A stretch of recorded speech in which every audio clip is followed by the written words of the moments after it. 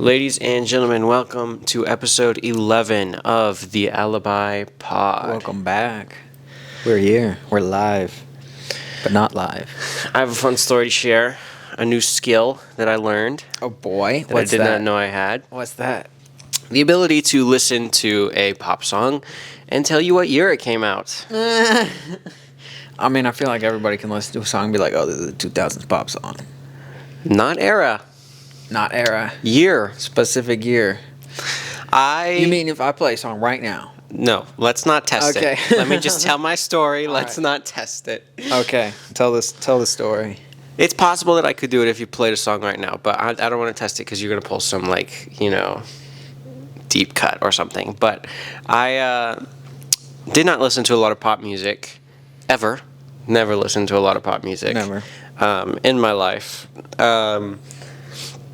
As a teenager, I listened to a lot of, Christian pop music, sure, which does somewhat reflect the pop space, right? Just a little bit. But also, I analyze music deeply, right? So I know a lot about the different eras of music and different sounds, and I'm like, oh, I attribute this drum groove to this time period. Okay. Tell the story. All right. Bottom line is, my wife played some songs, and I was like, oh, this sounds like 2014. These are just 2010s pop songs that she liked, and a lot of them are one-hit wonders, bands I've never heard of, but songs that maybe you would recognize. Yeah. So songs I don't really know, Yeah. And so we went for a whole car ride, back to back. I did not miss one. Wow. There was one where I said, it's somewhere in the range of 2016 to 2018, and it was 2016. Yeah. And I was like, I'm taking full credit for that. I was like... Prophetic gift. I was correct. I mean, sure, Maybe. but also, skills, mad skills. yeah, mad there's skills. some dead giveaways on some of those joints. Sometimes, yeah. The vocal processing. The one that I was most impressed with myself was the Bruno Mars one, Talking to the Moon. I love that song. I completely nailed it. I'm not going to say it now because I don't remember what year it was, and I would have to listen to it again to try and identify what features about it told me. But it was the piano is very 70s, but you can tell from the way that it's compressed that it was more recent. Bruno Mars does a lot of that hyper compressed pop piano stuff. Yeah. Which was kind of a thing. It was the drums, I think, that gave it away. But I was like, Bruno Mars kind of has a timeless vocal style. I'm not sure I'll be able to. But I was right, so I'll take the credit. Also Bruno this Mars week, another in our, series of concert every week. Yep. This time we both went together. We went That's together. Right. Judah and the Lion. With Abe Parker. And some opener that we'd never heard of. Some other Kate something, I think. And still don't really care about. It was not very great. She, the opener, we were talking about this on the ride home. The opener very much had opener energy. And it's always funny at concerts because, the opener never, takes advantage of the space. They're always, super timid. There's opener energy. If you know what I'm talking about, you feel that. Opener energy is... Clearly not done a lot of shows. Right. Not even just haven't done a lot of shows, but just doesn't know what to do generally. And also, in their defense, nobody's here for them, usually. Yeah. It's not their fan base. You can be more comfortable with your fan base. Right, but this person seemed like she didn't know what to do. She was kind of... only half not taking converting it us to being her fan base. Yeah, she wasn't that great. No she shade, could sing, though. I mean, she was all right. Yeah, no shade. I liked her songs. Pretty decent songwriting, I think. But I think I followed her on Instagram after. So I looked her up, but then I didn't go back and look at her stuff. Might do that still. It's been 2 days. Abe Parker. We like Abe Parker. Gotta love. He was kind of a rock star, huh? Yeah, good stage presence, good vibe. Came out with the rock star jacket and, grabbed his electric guitar. And his haircut was very a indie rock. It's a very in haircut right now. I don't know. Everybody seems to have that mullet fringe, kind of like I have, but way shorter. Except for I'm not wearing it like that right now. Got styled differently. Anyway, Abe Parker, I kind of think of as a sad boy. He is. He's an emo sad artist, but this show did not really reflect rock star. that. Yeah. It was good. Threw some electric guitar solos on songs that don't have them on the record and stuff. I feel like that's how whenever you are playing a show, whatever kind of music you make, you should probably play a rock show. Well, everybody our age and, probably 10 years older than us, that whole age range thinks that. Like, a concert should be like a rock and roll, vibing. You wanna pull out your guitar and be like, hey, I am also a guitar slinger, Yeah. Like, as Tech Nine does that, his shows are like very rock influenced. Like, he even does like rock festivals, I think. Lots of artists do And that. they do like rock arrangements of the songs. And even some of your, like, corny pop artists, their shows are more rock influenced. Absolutely. Or they at least try to. It's because, you're pumping electric guitars through it and everything. Personally, I would like to do not necessarily so much rock star, but like heavy for a rap show. I would want to do like super energetic rap. And you got to have drums, and probably you should have an electric guitar just to add energy. We did a fun thing one time. This is a couple of years ago now, with a completely different project that we were doing, but we had a song that had like a instrumental at the end, and we had our friend on electric, and you jumped on the drums, and I was like headbanging and stuff, and this was like at the end of the song. Yeah, that and was like fun. electric guitar soloed, and John was kind of just wailing on the drums. And Yeah, I remember that. That was fun. It's a good way to add energy to a song, especially like a rap song. particularly in a live environment. That said, we did something similar on an actual record. Where We did. We threw put a a guitar solo solo on it, and it was went fire. crazy. It was good. Well, we should talk about the headliner, Judah and the Lion. Yes, great show. They put on a nice show. We definitely left bigger fans than we were when we arrived. of Absolutely. Judah and the Lion. I was a very nominal Judah and the Lion We fan. were casual fans and bought the tickets because they were pretty cheap, and we wanted to go to a concert. Yeah. It's like, it sounds like fun, and we left like, oh, like I like were fire, this. yeah. Like, I'll go next time too. Yeah, they were Like, really good. They also kind of rock star show for a lot of it. They the record was based on the 5 stages of grief, and the live show for that record reflects that. And they went through different stages and played different songs, a little bit different vibes. So it wasn't all entirely just like a rock show, but the fans had really great energy. People Yeah. were absolutely vibing. There was moments when we were all jumping. Like it wasn't quite like the rap mosh pit. Like everybody Right. was jumping. or a metal mosh pit. It was not like It wasn't like a super hard, but there was definitely moments where everybody was jumping and vibing. I mean, fans were singing along, people were getting emotional. There was a lot of range to the show. It felt like. And as a casual fan attending the show, it felt like being welcomed into a community in Absolutely, a lot of ways. yeah. And I saw like random fans. I think were just turning around and having conversations with each other. Yeah. Like between the opener sets and stuff. Like people were meeting new people and Yeah. being supportive and stuff, which is always fun to see within a fan base. Also, one thing I really loved about their show, the lead singer, Judah, he was performing, he was putting on a great show, but also he genuinely looked like he was having the time of his life. Yeah. Like he was just loving it, running around, jumping, smiling, like giddy. And I know we were early on in the tour. We're one of the second night, I think, Yeah, of the second tour, night. which means that maybe he'll run out of that energy further down the road. But Could be. I was glad that we got to experience it. Absolutely. The one downside of this show, there was one thing that was super annoying all through the Abe Parker set and through like the first quarter to half of the Judah and the Lion set. There was this couple directly in front of me, and we were in the standing room. This was floor space. General we were admission in the standing pit. room, General yeah. admission. This couple's right in front of me. They are in the wrong place. They are just literally slow dancing and making out, like clinging to each other, not I even kid facing you not. the stage. Full back to the stage, arms wrapped around each other, eyes closed. It's like they go in for like the slow kiss at the end of a movie. It was so annoying. Like, and this is like an energetic show. Like you can insert clip or something maybe, but people are bouncing, having fun. This is an upbeat, energetic moment, Yeah. and they're just like swaying and making out. I was kind of mad because they were right in front of me. It was like they were taller than me too. So I was trying to see the show, and I just get this absolute mood killer right in front of me, which was super annoying. I almost talked to them, but again, they were bigger than me. I didn't want to pick. guy I didn't in want to pick particular a is fight with bigger, him, you and don't he looked wanna- like he might have been ex-military vibes, but big guy, yeah. he not like super yoked, but bigger than me. And I don't know, it was just super annoying.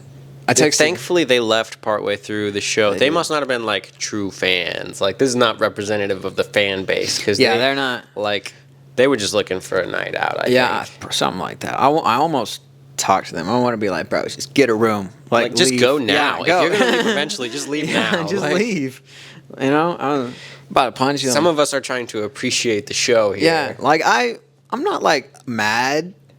Like for the first half, I wasn't like mad. Like if you want to have your sweet moment at a concert, that's okay. I mean, Abe Parker was a little bit more romantical, mostly depressed though, not like a love song. I know. He played like one real love song. So like if you want to have your moment at a concert, that's cool. I support that. I love love, you know. Right. But it was nonstop. You know, if it was a John Legend concert, maybe, but you know, everybody was bouncing for Judah and the Lion. It was very also, dumb. they were old enough to know better. Yeah. Like they were not teenagers, not our age. Yeah. Like 30s or 40s at least. 40s, like definitely gray hair. mid 40s. Like, Bro was thinning out on top. I mean, it was definitely like have some situational awareness, guys. But enough about that.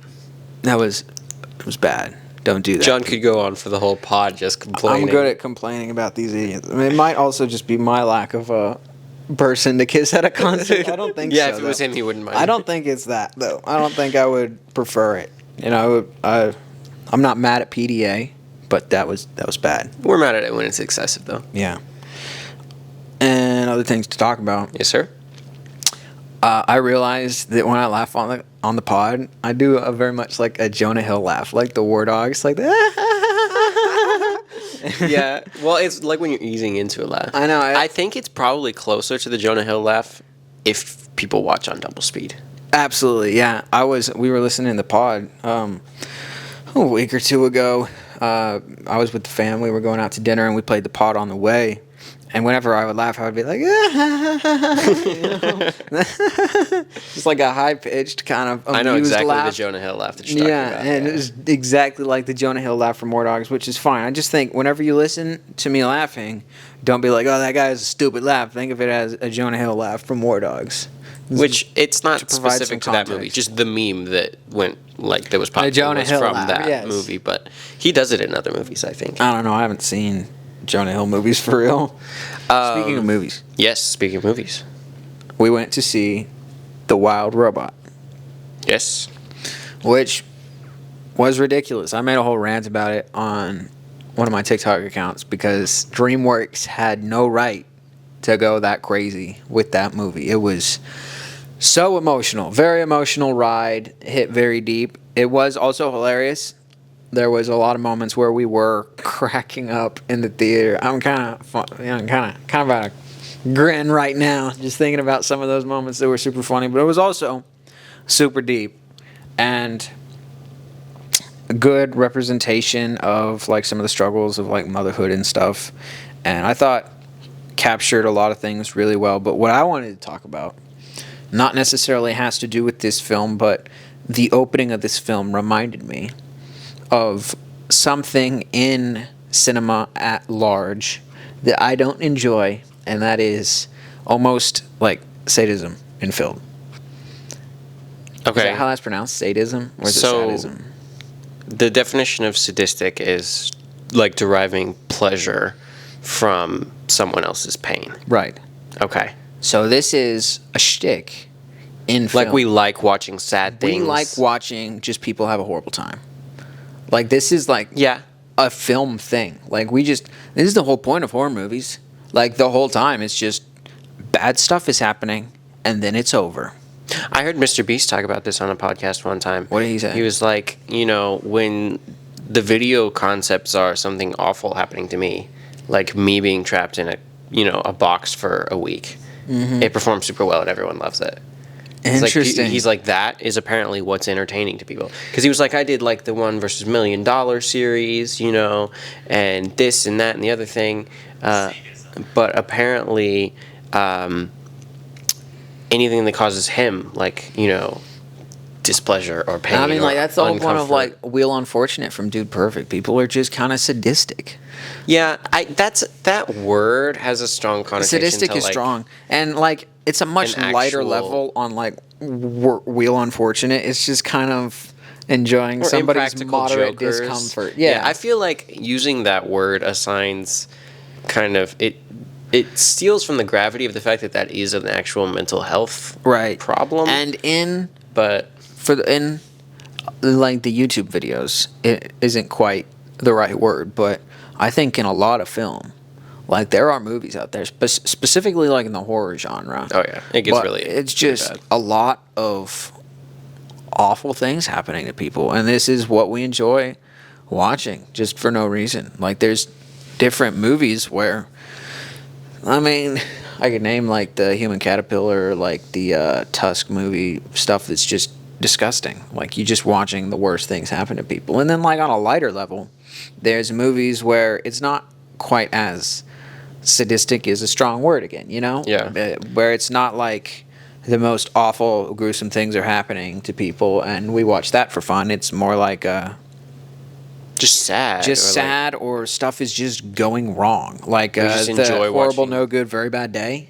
that movie was funny though. It was somewhat funny, and sometimes it is funny, but a lot of times it's just, this went wrong, that went wrong. There's no like satisfaction to it. At least for me, I enjoy movies that have at least some sort of satisfying element to them. I don't have enough love for slapstick to Yeah. debate you on this, but I feel like someone who really liked slapstick humor on like an intellectual level could. I mean, there's funny Like- slapstick, like Peter Rabbit, when Mr. McGregor was having his war with Peter and getting smacked and beat up and all that stuff was happening to him. It was funny, you know. It wasn't like, everything is just awful for him right now, you know. And there was like at the beginning of The Wild Robot, and this is what made me think of it, was this robot is trying to help. Like she's programmed to be an assistant robot or something. So she is now in a world that does not understand her, and she does not understand the world, and everything's just going wrong. Like everybody hates her, people being mean to her, nothing can work for her. It's just bad on bad on bad for like the first however many minutes of the movie, and I was just sitting there watching it like, this is not fun. This isn't it's even exposition though. It's exposition. It's exposition, and I get it, and overall it was a good movie. And it but has to be made me simplified. think about The exposition has to be simplified. Now, for I kids. understand that. I understand that, but it was just reminded me of this overall niche in film where this is a thing. Interestingly, Joker in 2019, Yeah. very similar. Like the whole movie is just bad stuff happening to this guy, right? And then it turns him into this terrible, Right. villain. Well, the sequel came out this past weekend. Yeah, Joker Folie à Deux. And obviously, I've not watched it, but I read a couple of reviews. Yeah, I saw some reviews And too. it sounds like they took this to the extreme. Just a bunch of bad things happening. And now people don't like it. Like it was Maybe. too far. Maybe. I mean, I understand when there's a movie like The Joker or something, which I haven't actually seen the 2019 Joker, but there's like an aspect of, especially like in a villain origin story, where you can have bad things happening. Just, I think it has to do with how it's done and like the scale of it. Like, so it doesn't feel like it's just bad things for the sake of bad things. You know, there's like some actual struggle. Bad is things fine. that have to happen in a movie. We just don't want bad things to be the whole point of the movie. Right. We don't In want... other news. Moving on, yes. What else do we have? So, context. What's up? In the mid to late 90s, there was a traveling tour of punk and rock music called the Warped Tour. Warped. We're a little too young for this. Yes. But people a couple years older than us probably have a lot of most likely fond memories of the Warped Tour, particularly if they were into... This is like a Woodstock situation? No. Well, no. Woodstock was a festival more than a tour. Yeah, but- Woodstock was a festival that happened a couple of times. Warped Tour was a tour. Now, they did end up being more like festivals in the later years. But it was the largest traveling tour in North American history and the longest running. So you want to imagine it's these old old school punk rock bands, which, you know, in the late 90s, these guys are 17, 18, 19 with electric guitars just jamming out. And the music was probably not that great back then. And then they would set up a big half pipe next to the stage, and skaters and stuff would be just like doing tricks and skating. This is where culture comes from, people. Yes, and this is culture at its finest. Checkerboard aesthetic that we all associate with Vans and everything now. This is where that was their branding of the very first Warped Tour. So much about the way that you and I dress and our taste in like visual media and everything was influenced by the early Warped Tours. That 90s to like 95 to 2005. Yeah. This aesthetic was built that is like all the rage now. Vans became the #1 sponsor, and so for years it was called the Vans Warped Tour. You know, artists that you know got their start on the Warped Tour. Right. Names like Blink-182, Sum 41, Falling in Reverse. Yeah. Even Katy Perry, her first tour was the Warped Tour. Yeah. Echo Smith, their first tour was the Warped Tour. Simple Plan, life. I'm just a kid and life is a nightmare. Song that we all know and love. Also, the Scooby-Doo theme song they did. Scooby-Doo. Yes. Yep. So what's up, Scooby-Doo? They were one of the like staples of the tour. They went like year after year after year. Simple Plan was on that tour. And then in 2018, it was announced that they were closing down. This was amid a fair amount of controversy, different like cases of abuse, cases of violence, just problems with some of the artists, alcoholism among the staff, stuff like that. Which really was like the breaking down of what had been a really cool culture.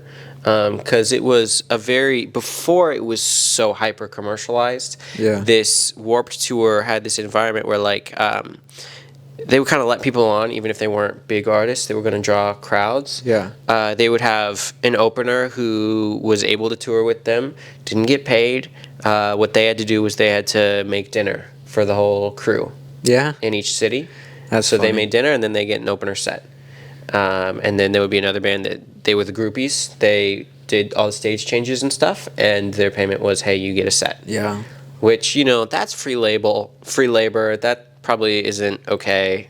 But at the time, it felt really cool, you know. And I think it's dope. These artists were getting platformed, and they were getting to play for what was becoming a really, really, really big crowd of teenagers and young adults. 2019 was the last year for the Warped Tour. The Vans Warped Tour, and it was sponsored by Journeys at that point as well. And they stopped because of all those other reasons.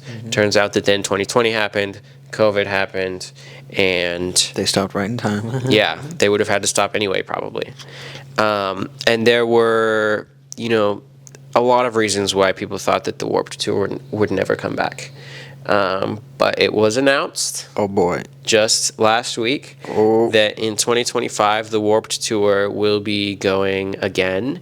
This time sponsored by Live Nation. Okay.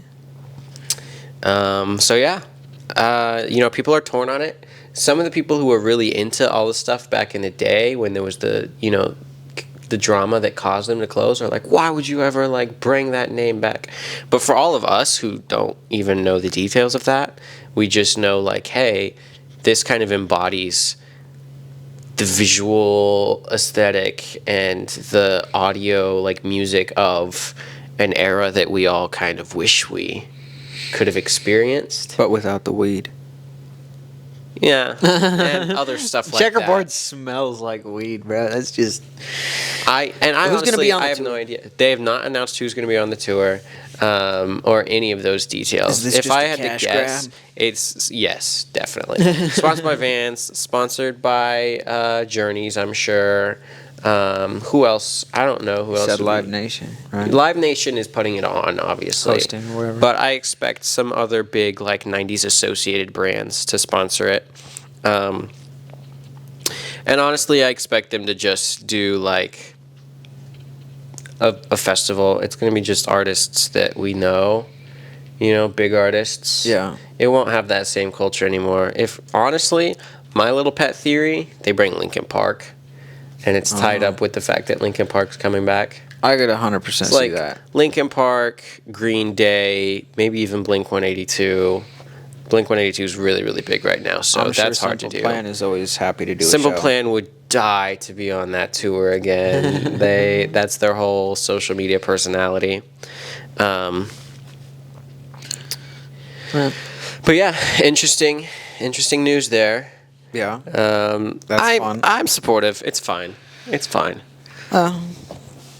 Whatever. Probably won't be going, but I have something else to share. What's this? Is this the thing that you didn't want to tell me about earlier? Yep, I told you I'd just tell you about it on the pod. So this is a game.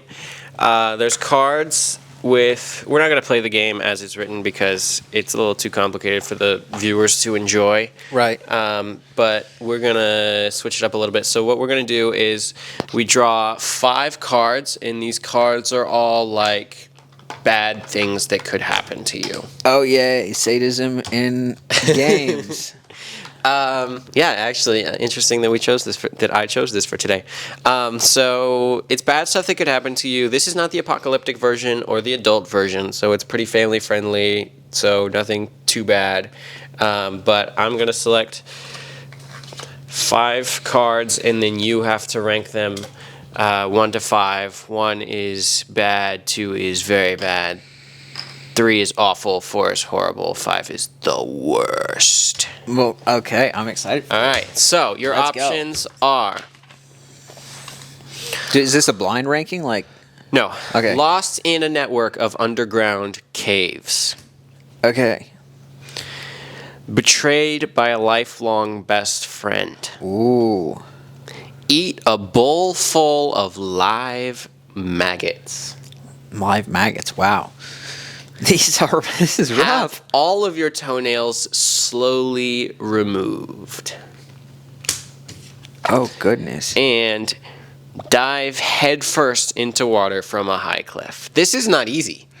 No, These ones are almost all 5s. bad. Okay, so I have a couple of questions.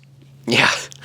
Lost in a network of underground caves. How long am I lost? Is this like lost forever? I'm dying here?